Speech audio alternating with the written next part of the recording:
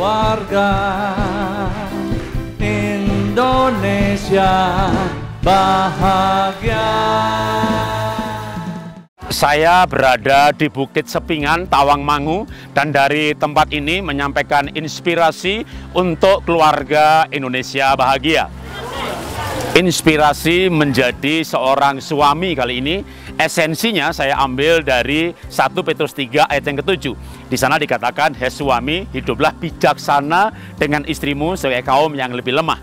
Kenapa suami harus hidup bijaksana? Nah, karena kalau tidak, istri yang adalah wanita itu makhluk perasaan yang moodnya bisa berubah-berubah. Namun dengan bijaksana maka bisa menjaga hati istri tetap penuh cinta, dan dia kalau penuh cinta, kemampuannya sebagai penolong luar biasa, kemampuan multitaskingnya muncul semuanya, dan bisa berperan baik sebagai istri atau sebagai ibu secara maksimal. Suami harus bijaksana, khususnya dalam hal menyampaikan pendapat atau teguran kepada istri yang salah atau tidak benar. Sebagai contoh, misalnya kasus istri berdandan ya, ini bibirnya minor atau bajunya kayak wow gitu ya, yang wow yang nggak baik gitu. Nah maka jangan katakan, kamu tuh kayak wanita jalan, kayak pelacur. Itu bukan cuma nggak bijaksana, itu kasar, kurang ajar.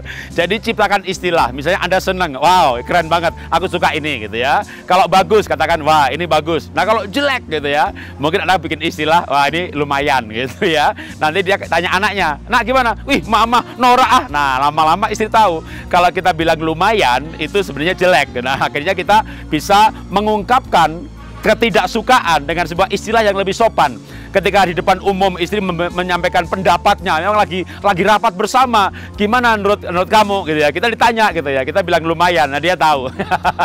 Lalu dia akan ganti, kalau begini, itu bagus, aku setuju. Jadi dia mulai tahu kalau lumayan itu jelek, lumayan itu kita nggak setuju. Itu menjadi istilah yang bijaksana, yang disepakati antara suami dan istri atau dipahami, karena kita memang mengawali sebuah sikap bijaksana yang tidak menyerang pribadinya, tidak menyerang pendapatnya, kita berkomentar dengan lembut, dan orang lain mungkin yang lebih kasar ya, mungkin anak orang lain berkata, wih mama norak, wih nggak cocok, nggak matching, tapi kita nggak mengatakan hal itu. Kecuali kita akrab sekali dan memang sudah mulai bisa berbicara begitu. Tapi awal-awal relasi, hubungan, pernikahan, maka bangunlah sikap yang bijaksana, ciptakanlah istilah-istilah yang membuat pasangan memahami bahwa itu kita tidak suka secara lebih baik. Menjadi suami yang bijaksana. Nah khususnya terhadap istri kalau dalam pertemuan yang ada orang lain, mau rapat, mau yayasan, mau dalam pertemuan keluarga, lalu istri berpendapat gitu ya. Nah pendapat itu salah atau nggak baik, jangan bilang nggak baik, tapi kalau dia apalagi bertanya ke kita, kalau kamu gimana? Wah itu bagus sekali, wah itu boleh juga, tetapi kalau begini bagaimana? Jadi komentari secara baik, komentari itu bagus, baru berikan alternatif menurut kita.